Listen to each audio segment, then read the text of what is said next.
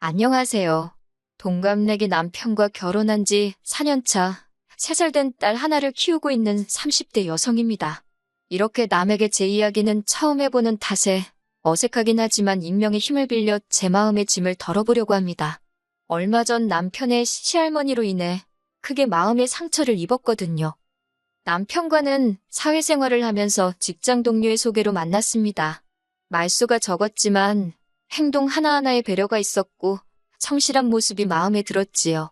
하지만 남편이나 저나 낯을 많이 가리는 성격 탓에 가까워지기까지에는 시간이 제법 걸렸어요.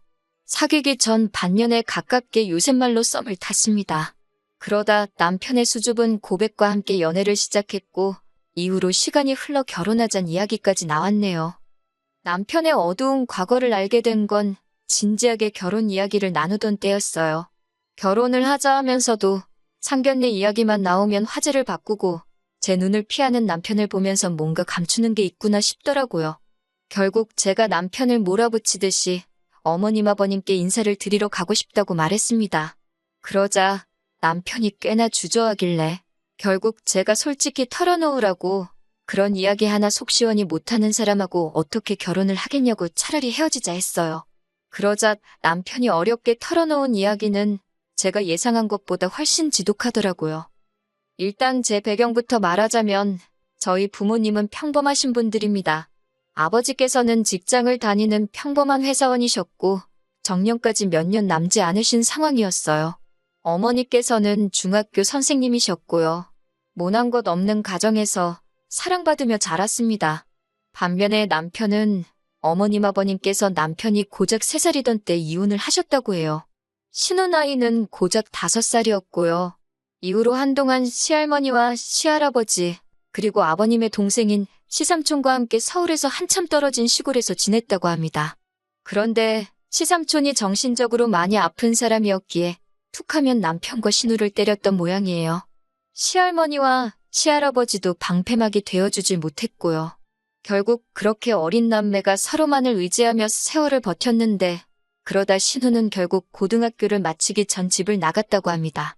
남편은 그래도 고등학교를 졸업할 때까지는 버티고 있었고요. 당시에 아버님께서는 객지에서 생활을 하시며 시할머니와 시할아버지께 얼만큼의 생활비는 보내드렸던 모양이에요. 남편은 그건 전혀 몰랐던지라 시할머니랑 시할아버지랑 살면서 늘 자기가 짐덩어리라고 생각해서 눈치만 보고 시삼촌의 횡포에도 반발하지 못했답니다. 아무튼 그렇게 시간이 흘러 남편도 고등학교를 졸업하고는 서울로 올라왔대요. 당장 대학을 간다는 건 꿈도 꿀 수 없었는데 다행히 아버님하고 연락이 닿으면서 아버님 소개로 아는 분이 운영하는 작은 사무실로 출근을 하기 시작했고요. 이후로 그 사무실에 다니며 번 돈을 모아 야간 대학을 갔고 이직에도 성공하여 지금은 그래도 꽤나 이름난 회사에 다니고 있습니다. 그 시기에 집 나갔던 신우와도 연락이 되어 왕래하며 살고 있다 했고요. 여기까지 듣고 솔직히 저는 이 결혼을 해야겠다는 마음이 더 강해졌어요. 남편의 아픈 상처를 제가 어루만져주고 싶다는 마음이었거든요. 그래서 더는 힘들어하지 말라고 앞으로는 제가 옆에 있어주겠다고 했지요. 그렇게 저희는 결국 부부의 연을 맺게 되었습니다. 그리고 친정 부모님께는 이런 사정을 구구절절 말씀드리지는 않았어요. 지금 남편이 어떤 사람인지가 중요하다 생각했고 저희 친정 부모님이 그럴 분들은 아니시지만 그래도 남편의 고된 과거 이야기를 알게 되시면 괜한 편견을 갖진 않으실지 걱정이 되었거든요. 하지만 결혼 생활이라는 게 저랑 남편 2사람만 노력한다고 다 되는 건 아니더라고요. 저희가 결혼식을 올리고 얼마 지나지 않아서 상상하지도 못한 시할머니의 횡포라고 해야 할지 감당하기 어려운 요구들이 이어졌으니까요. 신우는 저희보다 1년 일찍 결혼을 했는데 일찍 집 뛰쳐나간 X를 도와주긴 뭘 도와주느냐며 시할머니 시할아버지께서 한 푼도 도와주지 않으신 걸로 알아요. 그래도 신우는 시할머니 댁을 떠난 이후로 미용일을 익혀 돈도 벌고 있었고 비록 많지는 않았지만 나름 어느 정도 모아둔 돈이 있었다대요. 남편 말로는 한 2천만 원인가 들고 시집을 갔다나요. 반면 저희가 식을 올린다 하니 시할머니께서 흔쾌히 3천만 원을 보태주셨습니다. 솔직히 저희는 저희가 모아둔 돈에다 대출을 얼마 받아서 시작하려던 생각이었기에 처음에 시할머니가 주신 3천만 원은 거절했어요. 어머님 아버님도 아니고 시할머니한테 도움을 받는다는 게 부담스러웠거든요. 그리고 남편이 힘든 시간이었다고는 해도 어쨌든 시할머니 시할아버지마저 안 계셨다면 거리 생활을 할지도 몰랐을 일이잖아요. 감사한 마음도 컸기에 오히려 저희가 해드리지 못한 게 죄송했고 그래서 3천만 원은 가당치도 않다고 생각했지요. 하지만 시할머니도 시할아버지도 거절 말고 받으라고 어른이 주는데 계속 거절하는 것도 예의가 아니라며 기어이 저희 손에 3천만 원을 쥐어주셨습니다. 그래서 감사하다 인사드리고 유용하게 쓰게 되었는데 그 3천만 원이 모든 것을 부셔버릴 거라곤 상상도 못했지요. 처음 신혼여행을 다녀온 뒤 시할머니께서 인사오라 하셔서 다녀왔습니다. 편도 4시간, 왕복 8시간의 거리도 거리지만 문제는 시할머니 댁에는 저희 두 사람이 잘 만한 공간이 없어요. 남편은 그 집에 사는 내내 거실 생활을 면치 못했고 겨우 있는 방 2개는 여전히 시할머니와 시할아버지 그리고 시삼촌 차지였으니까요. 그런데 시할머니께서는 손자 며느리가 내려와서는 잠도 안 자고 가느냐며 서운하다 못됐다 소리를 연신 해대셨습니다. 결국 그날 저희 거실에서 자고 왔어요. 표현이 자고 온 거지 거의 뜬 눈으로 밤을 새운 거나 마찬가지입니다. 가족들이 화장실이며 부엌이며 간다고 어찌나 들락날락거리는지 게다가 어쨌든 친정도 아닌데 옷이나 편히 입을 수 있는 것도 아니었고요. 그래서 새우처럼 허리를 구부리고 이쪽으로 누웠다 저쪽으로 누웠다만 반복하며 동이 트기만을 기다렸네요. 하지만 이때만 하더라도 어쨌든 결혼하면서 큰돈도 받았고 시할머니께서 손주 며느리 보신 게 좋아서 그러신가 보다 생각하고 이해하려 했습니다. 하지만 이후로도 시할머니의 말도 안 되는 억지 요구는 하루가 다르게 늘어만 갔지요. 제가 첫째를 가졌을 때였어요. 임신한 지 8개월 정도 되었을 때인데 시할머니께서 전화를 하셔서는 하시는 말씀이 임신했다고 집에만 있지 말고 조만간 시골에 한번 내려오라 하시는 거예요. 당황한 제가 조만간 말씀이시냐고 되물었습니다. 그랬더니 시할머니께서 남편이랑 바람 쐬러 온다 생각하면 될 거 아니냐면서 이번 주에 올 거냐고 거의 다그치듯 물어보시대요. 그때 처음으로 시할머니 말씀에 거절을 했어요. 안 된다고요. 몸도 무겁고 어려울 것 같다 하니까 그때부터는 저더러 괘씸하다 하시더니 무조건 오라고 화를 내셨지요. 그리고 결국 제가 시할머니 고집을 어떻게 꺾겠어요. 남편도 가기 싫으면 안 가도 된다고 말은 했는데 그때만 하더라도 남편이 칼같이 선을 그어주지를 못하더라고요. 결국 어쩔 도리가 없어서 그럼 당일치기로 갔다 오자 했지요. 하지만 시할머니 댁에 가기로 한 당일 남편과 함께 차에 타서 고속도로를 타고 1시간쯤 달렸을까요. 갑자기 배에서 툭 하고 뭔가 터지는 소리가 나더니 물이 줄줄 양수가 터졌더라고요. 결국 고속도로 한쪽에 차를 세운 뒤 119 부르고 병원으로 이송되었습니다.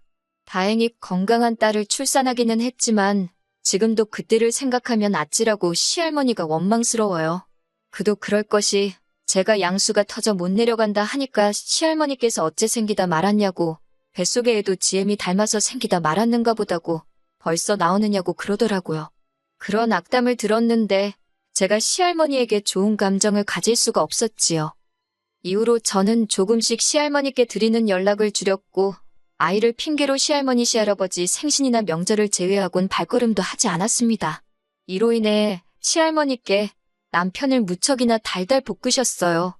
사실 생각해보면 남편과 시할머니도 떨어져 산 세월이 10년이 넘었는데 시할머니께서는 그때 남편이 당신에게 소홀했던 건 하얗게 잊으시고 그저 손주 며느리가 연락을 자주 안 한다고 저만 미워하시대요. 저 때문에 다정하던 손자가 변했다나 어쨌다나 남편도 이 부분에 있어서는 꽤나 황당해했어요. 시할머니 시할아버지 그리고 시삼촌의 눈치를 살피기에 바빠서 자기 목소리 한번 크게 못 내고 시키는 일 고분고분하는 수밖에는 없었는데 시할머니 눈에는 그게 남편이 다 착해서 그러는 것처럼 보였던 모양이에요. 한편 그렇게 저희 딸 첫돌이 지나고 얼마 지나지 않았을 때였어요. 이른 아침 시간에 친정어머니로부터 연락이 왔는데 친정아버지가 숨을 안 쉰다고 그래서 지금 병원에 가고 있다고요. 그리고 몇 시간 후 친정아버지께서 돌아가셨다는 최종 선고를 받게 되었지요. 슬펐다 어쨌다. 그런 몇 마디 단어로 표현할 수 없는 슬픔이었네요. 사무제를 지내고 시할머니께서 시할아버지와 함께 올라오셨습니다. 말이 나와서 말이지만 저희 아버지 장례식에는 안 오셨어요. 당신 운세가 그의 장례식장에 가면 상문사를 맞는다나 어쩐다나요. 그래서 안 오셨다가 사무직 지내고 나니 오신 겁니다. 가뜩이나 마음은 아프고 몸은 힘든데 그런 시할머니가 반가울 리 없었지요. 그래서 식사대접만 했습니다. 그 당시에는 식사대접 말고 제가 뭘 할 수 있는지, 뭘 해야 하는지도 딱히 생각나지 않았고요.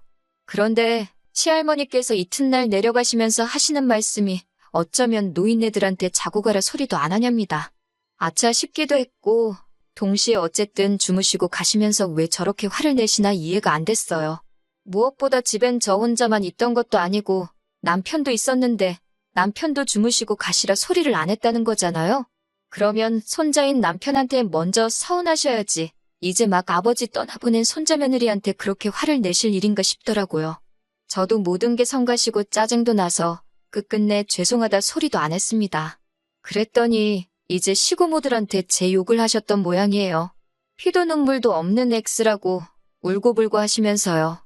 그 이야기를 시고모를 통해서 전해 듣는데 정말이지 피도 눈물도 없다는 말 할 수만 있다면 시할머니께 되돌려드리고 싶은 심정이었습니다. 그렇지만 결국 팔은 안으로 굽는다고 제가 아니라고 항변을 하면 먹히기나 했겠어요? 그냥 듣고만 있었네요. 지금이라도 시할머니께 전화해서 죄송하다 하라는 시고모 말에도 아무 대답도 안 했지요. 그러다 결정적으로 일이 터진 건 시할머니께서 지난해 무릎 수술을 받으시면서였어요. 남편도 저도 회사 생활을 하느라 바빴고 친정어머니께서 주말에 육아를 도와주시는 상황이었습니다. 사정이 그렇다 보니 무릎 수술을 하셨다는 이야기를 듣고 한번 내려가 본 이후로는 통 찾아뵙지를 못했어요. 그래도 시할머니 근처에 시고모가 두 분이나 살고 계셨으니 솔직히 걱정은 안 되었지요. 그런데 시할머니께서는 저희더러 못돼 처먹었답니다. 생전 말 안 하면 보러 오지도 않는다고 그러다 당신 죽으면 향냄새나 맡으러 올 거냐면서요. 하지만 시할머니 댁, 이제 아이까지 있는데 정신적으로 아픈 시삼촌까지 있는 그 집에서 자고 올 생각만 하면 엄두가 나지 않았거든요. 게다가 핑계 같지만 거리가 먼데 아이가 자동차를 오래 타지 못하니 그것도 한몫했고요. 그런데 그거 가지고 시할머니가 그렇게 화를 내시더니 급기야 저희 결혼할 때 보태준 3천만 원을 토해내랍니다. 그걸로 당신 장례비나 써야겠다면서요. 안 받는다 할 때는 기어이 주시더니 이제 돈 가지고 치사하게 나오시는구나 싶어서 실없는 웃음이 다 나오더라니까요. 저도 같이 치사해지긴 싫었지만 저희 결혼한 이후로 시할머니께 달달이 30만 원씩 용돈하시라고 보내드리고 있었습니다. 그렇게 보낸 세월이 4년이에요. 특별히 명절이나 행사가 있으면 당연히 따로 또 챙겨드렸고요. 그래서 제가 한번 대충 계산해보니 2천만 원 가까이 되대요. 가랑비에 옷 젖는 줄 모른다더니 저도 계산을 해보고서 정말 깜짝 놀랐답니다. 남편에게 어떻게 했으면 좋겠냐고 물으니 드리긴 뭘 드리냐고 아무것도 드리지 말라고요. 자기도 이제 그냥 안 보고 살고 싶다면서요. 하지만 계산은 똑바로 해야지. 뒤끝 찝찝한 건 싫어서 제가 따로 챙겨드린 돈 말고 그냥 매달 드린 돈만 계산했어요. 그랬더니 그게 거의 1,500만 원 가까이 되어서 시할머니와 시고모들께 그렇게 설명드리고 남은 금액만 계좌로 보내드렸습니다. 그랬더니 시할머니가 당신이 제 남편을 어떻게 키웠는데 어디서 불효시 같은 게 들어와가지고는 당신과 손자 사이를 갈라놓는다고 말 그대로 뒤집어지고 난리를 치셨나 봐요. 시고모들이 차례로 저에게 연락을 해와서 그래도 그러는 건 아니라면서 남은 돈도 보내고 죄송하다고 빨리 가서 빌라나요? 그럴 일은 없을 거라고 단호하게 대꾸했네요. 그리고 시고모들까지 저한테 난리친 걸 알게 된 남편이 마지막으로 얼굴 보고 이야기하자며 저와 함께 시할머니 댁에 가잡니다. 가서 모든 걸 정리하고 오자면서요. 남편의 말에 비장함까지 엿보여서 믿고 같이 내려갔습니다. 시할머니께서는 제가 바로 앞에 있는데도 남편에게 저 때문에 서운하다 어쩌다 하면서 저를 EX, 저 X 그렇게 부르셨어요. 저는 그럴 때마다 나이가 많은 분이니 시골 분이니 그럴 수도 있지라며 꾹꾹 눌러 참으며 듣고 있었고요. 그런데 남편이 시할머니더러 말씀 좀 조심해서 하라며 화를 내더라고요. 그리고는 돈은 더 드릴 일은 없다. 그간 매달 드린 돈이 합이 1,500이고 얼마 전 계좌로 1,500 돌려드렸으니 이제 계산은 끝났다고 선을 긋더라니까요.